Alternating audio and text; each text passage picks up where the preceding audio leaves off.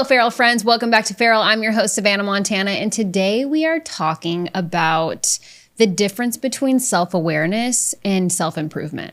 A lot of times people think, oh, I'm super self-aware, but they're actually not doing the work behind the scenes. That's okay until a point, and to the point where it's not okay anymore. Healing culture might actually be making us worse and not making us better. And I'm saying this because one, it's a hot topic right now, but two, everyone's out there going, I'm healing, I'm healing, I'm healing. And then they're not doing any of the work. And then they're just pushing all of their problems down the line even further. And I'm like, why are we going through this whole healing process if we're not actually doing the work to heal so that we can be better and move on with our lives and become the highest and best versions of ourselves? You know what I mean? That's what we're going to talk about today. And to kick off the episode, we're going to play a game. And I'm excited about it. So let's tear it up. Let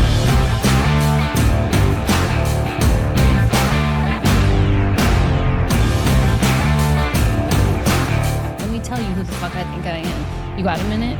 Wow. All right, game time. Healing or hiding? That's what we're deciding. I'm going to give you guys a statement and I'm going to decide whether we're healing or if we're hiding from the situation. You feel me? All right, let's go. Cutting people off after one disagreement. Saying that triggered me instead of communicating. Obviously, that's hiding. We have to communicate. We have to communicate every single time. That's what we're here to do. Journaling about your problems, but not changing behavior.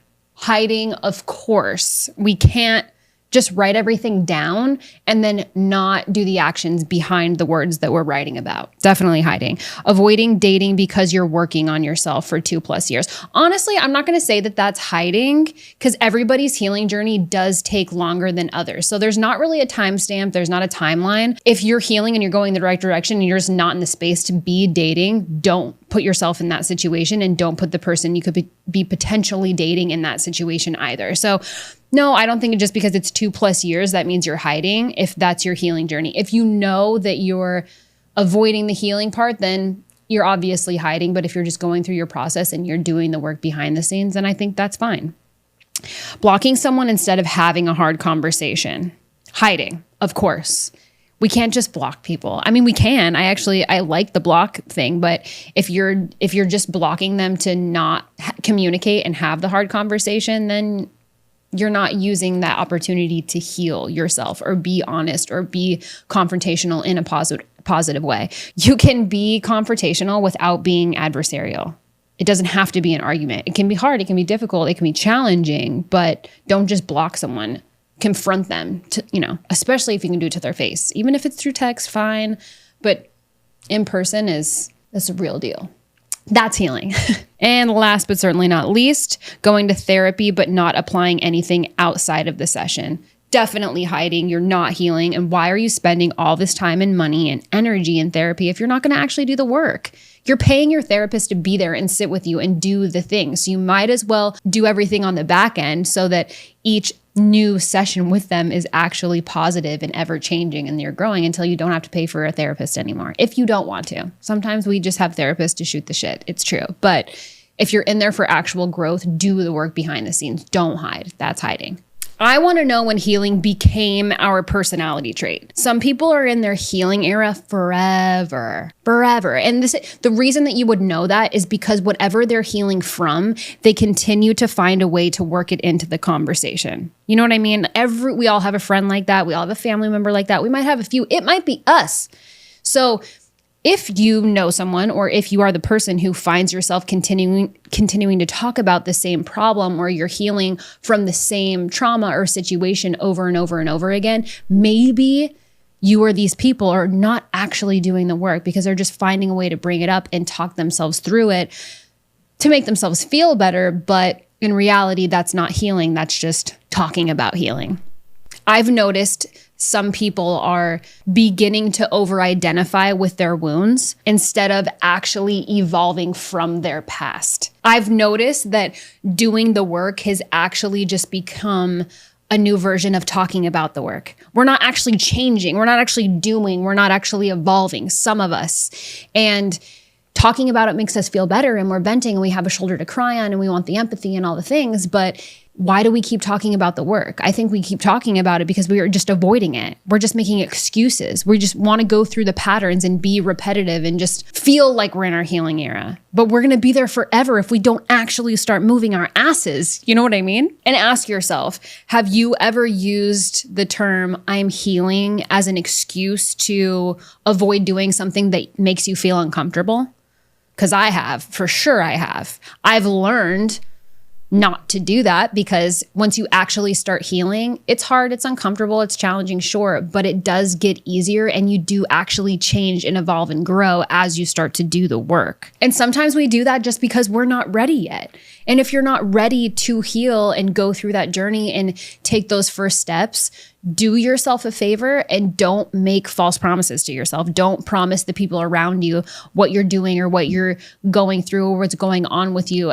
Don't portray it to be this healing thing when you're actually not doing the work behind the scenes, because what you're going to do is shoot yourself in the foot, and you're going to continue talking about what's happening and what you're going through and just vomiting up the past. And you're actually not going to do what you need to do to get over what's happened so that you can stem from it. And at what point does self-awareness become self-obsession? And honestly, I don't hate it. I don't not like it. I don't think it's terrible. I know a lot of people that are self-obsessed in a very positive way, and it affects me zero. I mean, once you get to a certain point and stage in your life, other people really just affect you a lot less because you've learned that it's not that important. But it's great to be self-aware. It's super important. It's part of every single healing journey, I would venture to say. I've noticed some people can't stand the people who are self-obsessed, and other people are like, kudos to the people who are self-obsessed. So which side of it are you on? I think you should just ask yourself while listening to this episode, am I in my self-awareness part, or am I becoming self-obsessed? Is it a positive or is it a negative? Self-obsessed in a negative way is like being super conceited or all about yourself, or just kind of an asshole, or rubbing people the wrong way, or just being all about yourself all the time. You can be self-obsessed in a positive way.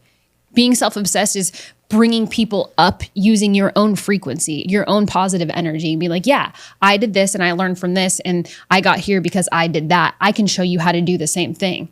And using your own self-love and your own self-attention and self-awareness to show other people how to do that, I think is a great thing. So that's just the experience that I've had with the people who do it in a positive light, but I know it can be negative in other ways too. And I do believe that over analyzing yourself and constantly being so analytical about who you are and what you have to be can actually keep you stuck. Because if you're focused on the journey of healing and what you need to go through to become the version of yourself that you want to be, you don't have to be perfect to do that. You just have to be you. You have to be one with yourself and learn, okay, these things work for me. Okay, these things don't work for me. These are my people. These are not my people. I like spending my time here doing this. I don't like spending my time there doing that. You know? So if you can focus on the things that actually just make you light and make you feel good, and focus on calmness and being self-aware in that kind of light, you don't have to be over analytical about yourself. You don't have to overanalyze everything. It's not going to be perfect. It's just going to be you. And that's what matters. It's your evolution. It's your journey of healing. If you continue to overanalyze, you're going to stay stuck in the same place because you're trying to change too much all at one time, and it becomes confusing because you're not that far in the path yet. So it won't make sense if you try to do everything all at once. And I think therapy is great at this day and age. I personally think every person should have a therapist. Every couple should have a therapist. If you haven't been in therapy before, you're not in therapy now, I just think it's so cool and it's so helpful. And it's such a positive thing to be in some sort of therapy that actually helps you if you do want to change your life. There's so many different kinds of therapy and therapists. It's actually insane. But some people overlean on their therapy, I've realized, and they need this like constant, if any ball drops, they got to call their therapist. No offense to those people. And I'm sure I'm offending some people right now. So be it. But my therapist is super realistic with me, where she's like, you seem fine. Everything's good. You want to book in a couple of weeks, or you just want to call me when you need me? She's definitely not one of those therapists who's like, okay, we got to book, unless she knows I'm going through shit. So I think it's really cool to find somebody that jives with you, that understands you, that's willing to work with you, because some people get so addicted to therapy and so addicted to analyzing themselves that they stick to a person and they're like, they have to answer all of my questions and they have to tell me what to do and da-da-da-da-da. And they need a session every single week or 3 times a week or 10. I don't know. It's just, if your therapist ghosted you for 1 week, would your life fall apart or would your life actually move forward? If the answer to that question is your life would fall apart, we have a lot of work to do. The healing has not yet begun. We are staying stuck and we're overanalyzing ourselves, okay? If the answer to that is you're finally moving forward, then that's great. Maybe lay off so many sessions and actually start to implement the work that you're having so much discussion about. Why? Because identity attachment to trauma is you staying stuck. That's what that equals. Over labeling everything as trauma will directly be the reason that you stay stuck. Not everything is a traumatic experience. Sometimes you're just using the word trauma as an excuse. What we should be focusing on is our personality traits, our habits, our lack of discipline, our discipline. There's so many other things to focus on that can help us align with going through this journey than just constantly making excuses and be like, oh, it's trauma. Oh, it's a trigger. Oh, it's this. Oh, they said that. Da, da, da. Like, they're going to continue to do those things. You have to be strong enough to expand your mind so that it doesn't affect every moment of your life so you don't get hung up on it. I just don't like the fact that the word healing has become a socially acceptable avoidance pattern for people to use when they want to excuse themselves from an uncomfortable situation. It's not helping us. It's not helping that person. It's not helping those relationships.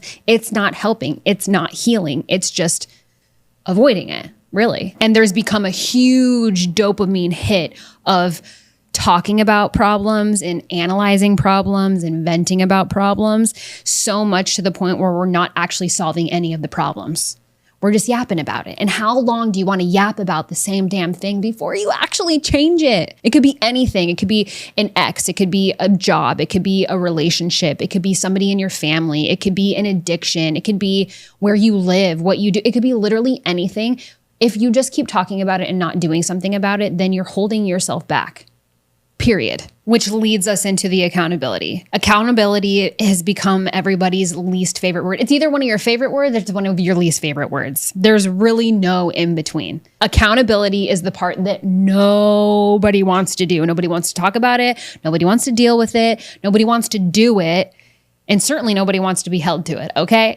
And we're probably all in the same boat, a little bit of the aspect. Because healing without ownership is really just victimhood packaged in a pretty little box and wrapped in a giant red bow. And that's because people want the empathy. People want the shoulder to cry on. People want to yap and chat and get it off their chest. All those things feel good. That's the dopamine hit I was just talking about. Everybody wants that, and you deserve that. Everybody can have that. There's not a problem with it. Where the problem becomes an issue and starts to peek its little head is when the person who wants all of this and all the empathy and all the let's make them feel good, when they can't take accountability for it. If you can't take accountability for your actions in your life and what's going on with you, then you're probably going to continue to perpetuate the same things, the same relationships, the same mistakes, the same jobs, the same all the things that you don't like, because you're not holding yourself accountable, or you're not even finding somebody or asking someone to help you be held accountable.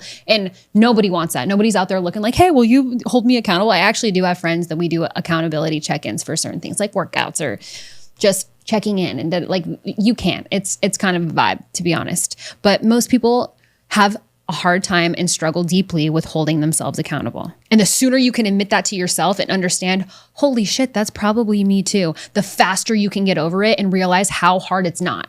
It's really not as hard as some people make it to be. I promise you. I literally wouldn't be talking to you right now if it was so hard.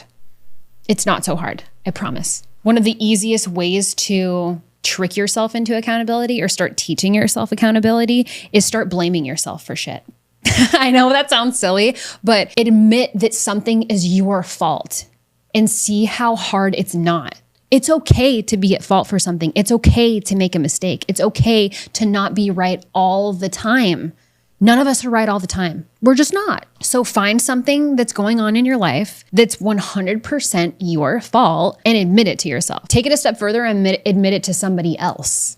Or maybe it's somebody that's involved with that situation and you're like, listen, I just want to apologize. This is my fault. I screwed up. Da, da, da, da, da. It might actually make you feel better. You don't even have to apologize. You can just admit that it's your fault.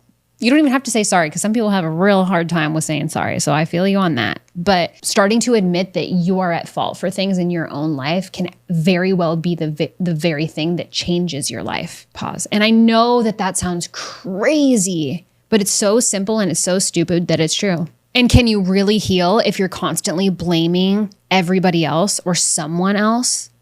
For me, the answer is no. If everybody else is always the problem, it might be you that's actually the problem. I cannot stand when people run around or constantly repeat themselves or share the same story. And it's like pointing, everybody's pointing a finger. This person's it's everybody else's fault all the time. If you're pointing a finger at somebody, there's 4 fingers pointing back at you, okay?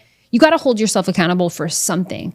It takes 2 to tango. If there's an argument, if there's a problem, if there's an issue, whatever it is, there's 2 people in that situation. It can't be all one person's fault. And maybe in a situation it is, but if it becomes a constant in one person's life to constantly be blaming everybody else, then that is a common denominator and it's probably not everybody else's fault all of the time. And if you're around someone who's constantly blaming you for all of their problems, it might be a good time to analyze that friendship or that relationship and say, I'm sick of being the problem in your life. If I'm always going to be the issue, then maybe I should just go, because nobody wants to deal with someone like that. So I'm just throwing that one out there as a bonus tip, because we've all had people like that in our lives. And at some point when you're healing and going through the process, you have to learn to say, maybe I'm not the entire problem and maybe this is just not going to work out. Boundaries are extremely empowering. It's one of the best things that I ever did for myself was actually learn how to set boundaries. You guys have heard me talk about this before. Boundaries, big fan. However, some people will avoid setting boundaries for themselves because they subconsciously are avoiding the growth. Some people even weaponize boundaries. So if you find yourself or if you know someone who is avoiding setting boundaries, it's probably because they're still scared or they're still afraid or they want to just continue to make excuses and they don't actually want to change and grow, which can be a difficult situation to be in. The best way to get over that hill, I'll call it like a little hump, is to set a boundary that's super, super small. Start small, baby steps, works every single time. Could be something with your diet and you're like, okay, I'm just not going to eat that today. And then tomorrow you're like, okay, I'm not going to eat that again. Okay, I'm not even going to buy it anymore. Or it's not going to stay in the house. Oh, I'm not going to eat that when I go out. Actually, I'm just cutting sugar out altogether. Like it will start to snowball. It can be something so small. It can be with people, places, or things. Doesn't matter what it is, but start small. If you find yourself being a person who can't set boundaries because subconsciously you're just avoiding the growth and avoiding the healing part. And you don't want to become the person who's using the healing word as the excuse because you're just standing in your own way. Now, when people weaponize boundaries, this one's really fun because I have extensive experience in having my boundaries weaponized against me, actually. So that's difficult depending on who the person is, you know? So what this looks like is you set your boundaries, you make them very clear. And I'm going to use a person for this scenario. You're setting boundaries with a person. You're saying, hey, I don't like this, X, Y, and Z. For instance, let's just make something up. You have a friend and your friend is like super touchy and always like hitting you and they're flicking you. They have like a tick and they flick you all the time. Every time you go hang out, you go to lunch, dinner, whatever you're doing, and they constantly flick you. And eventually you just get to the point where like, hey, listen, I know that you have this thing and you really like to flick me, but I don't like it. It makes me uncomfortable. I'm not a fan. If you continue to flick me, I'm not going to hang out with you anymore because I can't do it anymore. And so that's my boundary. Please don't flick me. I love you so much, but don't flick me when we hang out anymore. Okay, cool. And then the next time you hang out with that person, what do? They go, I'm going to do it in the microphone just to make it more exaggerated. They flick you. And what do? If you were me, you're probably like, stop flicking flick. No, I'm just kidding. I probably would freak out if somebody was flicking me all the time, but this is a hypothetical situation. So now when that person calls you to go hang out or to have dinner or do whatever, you don't go. You're like, no, I don't want to hang out. No, I'm good. And then maybe eventually you're just like, it's becoming apparent. And they're like, hey, why aren't you hanging out with me anymore? Well, because I set my boundaries with you and you continue to cross my boundaries. Every time we hang out, I ask you not to flick me. You keep flicking me. Now I don't want to hang out anymore. I don't want to text. I don't want to hang out. I don't want to go to dinner. I don't want to do anything because it's just become too much. And then you become the villain because they're like, well, that's ridiculous. I flick everybody. I do that all the time. Nobody else has a problem with it. Cool. So hang out with everybody else because I have a problem with it. I cannot stand when people literally, you just don't cross someone's boundaries. They, like whatever they are, have enough respect. People who don't respect your boundaries don't respect themselves most of the time. And they'll use everybody else as an excuse and then they'll make you the bad guy. Well, everybody else doesn't care when I do this, when I flick them. So you're the problem. No, I'm not the problem. I just don't like being flicked. And if you have a problem with that, we don't have to be friends. Okay? Okay. Capiche? Do you guys get what I'm saying? This is not even a good example. I'm having way too much fun with it. And my brain's going in like 48 different directions because I'm just imagining somebody flicking me and then getting mad at me for flicking me. And it's all fake. It's all made up. So let's move on. From a relationship standpoint, one that really gets me going is the protecting my peace thing. Everybody's protecting their peace. I know what it's like to protect my peace. I've done it before. But some people are protecting their peace and then they're walking right into the unpeaceful situation. And it just makes no sense to me. Are you actually protecting your peace in a relationship or are you just avoiding the hard conversations? Nobody likes to have hard conversations. Nobody likes to set boundaries. Nobody likes to be held accountable or better yet, hold themselves accountable. It's uncomfy in the beginning, but once you start to do it, it becomes the norm. It's like, I can't imagine I didn't do this before, but stop using protecting my peace to avoid everything else. You have to take some sort of accountability. You can't just protect your peace until the end of time because before you know it, you're not going to have anybody. You've protected your peace into solitude, or you're the person who says that they're protecting and then they just continue to go back into all of the issues. That's like self-torture. That's like literally insanity. That's insanity. But people do it. You guys know exactly who I'm talking about too. You know exactly the avatar of human that I'm talking about this does, that they complain about one thing and then they go right back to it. And then they come back to you and they complain some more and then they go right back to it. You're not protecting your peace. You're being a puppet to yourself. Like you are the puppeteer and you're also the puppet that you're making talk. It's stupid. It's just, I digress, you guys. It's important to know the difference between understanding your past and using it as a shield because those are two very different things. So many times people will say, my trauma made me do it, or that was a trigger for me, or I just went red, instead of reflecting on themselves and looking at the situation even after the fact and saying, I'm still responsible for my own behavior. And I could have handled that differently. And that's okay. Like I said before, it's okay to be wrong. Nobody's perfect. And a healing journey is definitely the furthest thing from perfect. You're going to learn so much about yourself and a lot about other people too, who have been in the journey, in the past, in the present, who's coming into the future, because you depict that. So it gets intense. It's a little crazy out here in the healing world. And you know when you're having your own therapy language weaponized against you. When somebody's using boundaries or therapy or triggers or safe spaces against you and turning it into a negative connotation, that is a red flag. That's a big giant red X because people should not be using your triggers or your boundaries or the way that you feel about something against you. Those are the kinds of people to avoid. But also, you're directly responsible for not using them as an excuse either. Because if you're going to continue to perpetuate the same situations in your life and not change them, then that's where you become the problem. Regardless, growth requires discomfort, not constant validation. It just doesn't. And I know that's the uncomfy thing to say, and that's what nobody wants to hear, but it's not as uncomfy as avoiding it is. I can guarantee you that. And that's why self-awareness means nothing without action. Insight without behavioral change is just intellectual stagnation. Nobody wants that. Okay? There's so many things that I know and understand about myself that I still haven't changed yet. And it's important to have the self-awareness to be able to look inward and say, I don't really like this about myself. Or I could probably change that. Or maybe the way that I respond or the way that I react to situations is what makes them go as far as they do.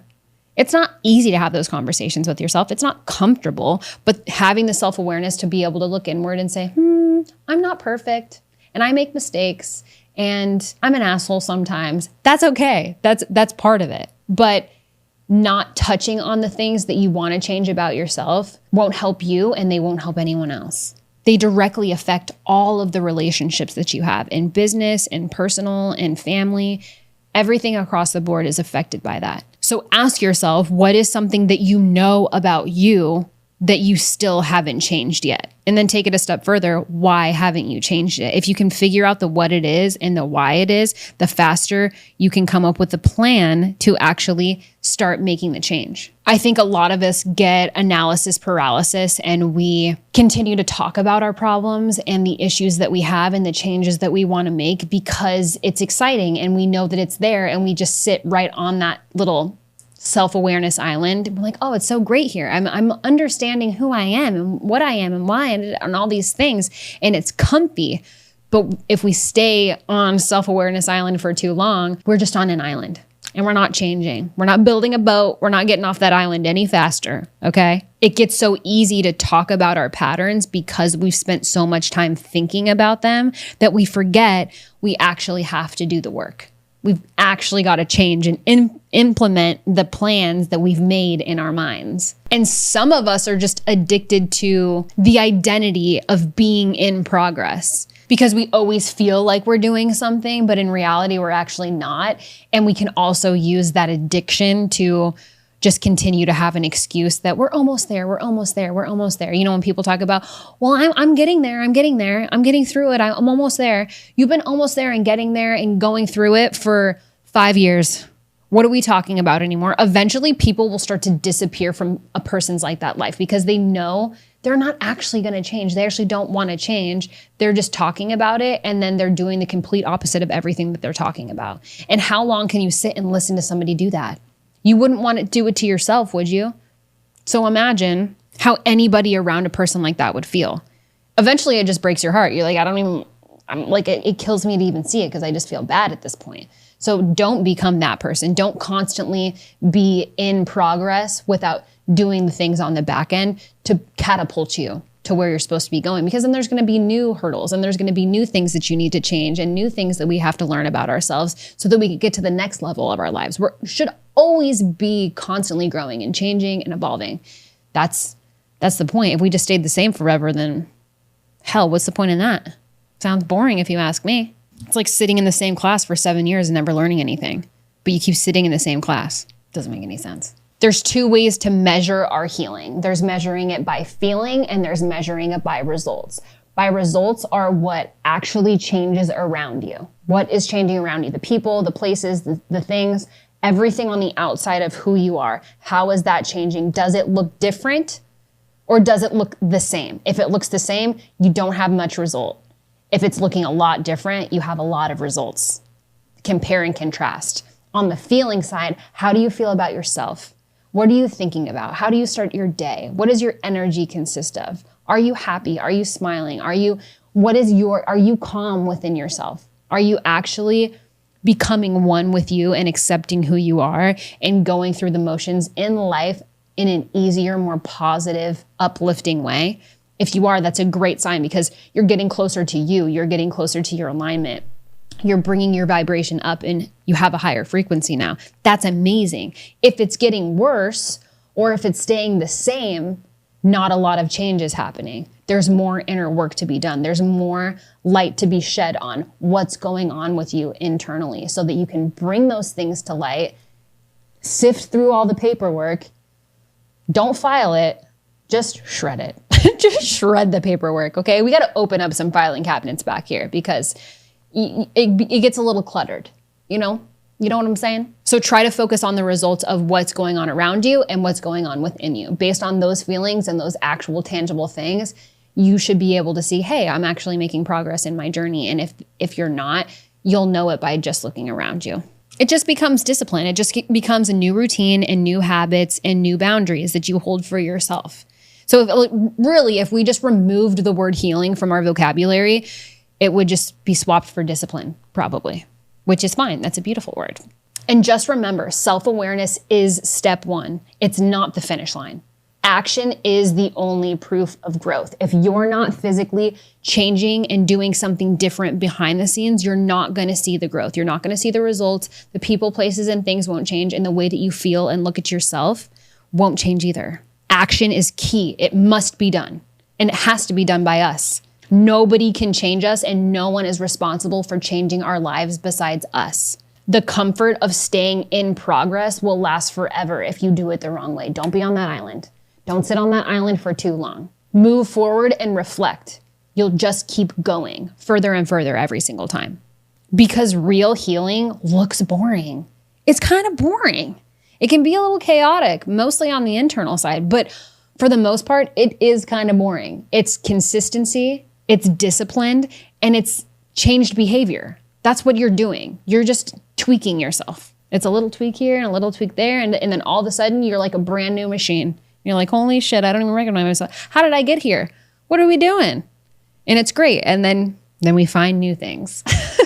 All right, we got a couple feral confessions to throw in here. And then I'll let you guys enjoy the rest of your Feral Friday. All right, feral confession. I've been in therapy for 3 years and I can explain every single one of my issues, but I'm still dating the same type of guy. Still sabotaging good relationships, and still blaming my childhood. At what point is it just me? I think it is just you. I think you know the answer to your question because you're clearly doing the work behind the scenes, but maybe just not enough of it. If you're using your childhood to blame and sabotage and keep going back to the same archetypes of men, then you still have more work to do. Maybe don't date for now. Maybe we can just put that on pause so that you don't keep attracting the same type of person, because what you're feeling within you is what you emanate on the outside. So if that's what you're putting out into the world, that is what is coming straight back to you. So until you can actually sift through the childhood trauma that you have, you'll probably keep recreating the same situations, the same relationships, the same guys in your life. It's just a loop of awareness without the action behind it to actually help you change. And that's okay. A lot of people struggle with this. The fact that you can already own that, because it kind of sounds like you're owning it and you know that it's just me, you know that it's you in what you're saying, which is great. So keep doing that, but remember to do it without shame. You don't have to feel shameful. It's okay. You're not broken by any means. You're just repeating what's familiar to you because that's what's comfortable. So when you start to change, know that what's uncomfy and the different types of people that come into your life, that is the actual growth part, and give those kinds of people a chance. Let the change show you something different, because that might actually be what you want and what you need. Start healing from that place. All right, next confession.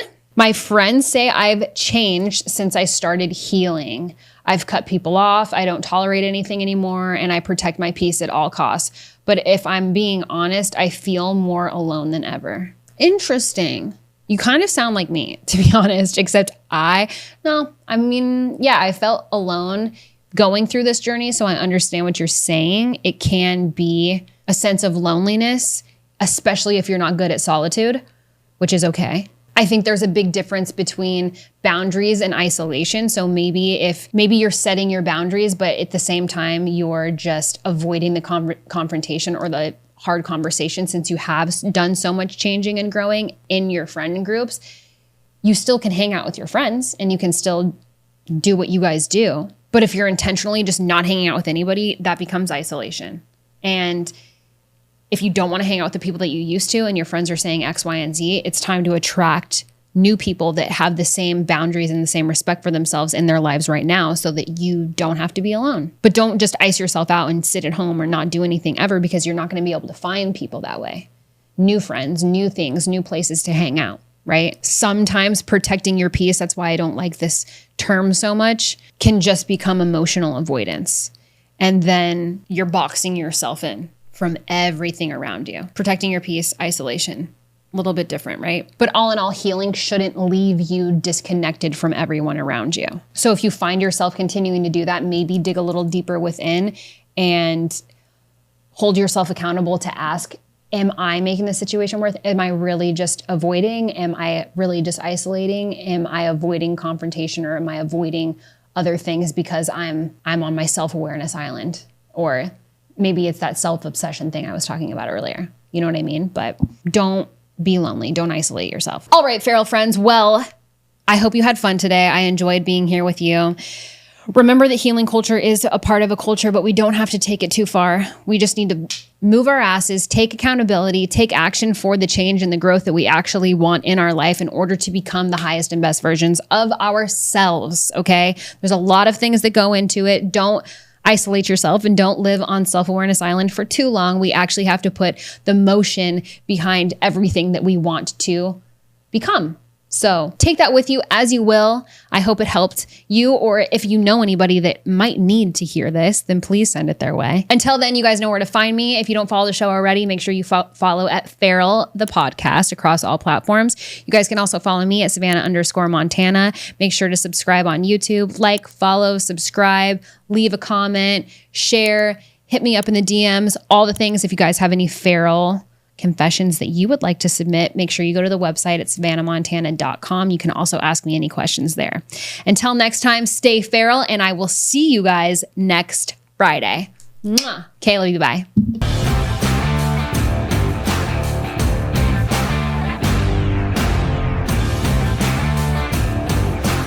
Let me tell you who the fuck I think I am. You got a minute? Wow.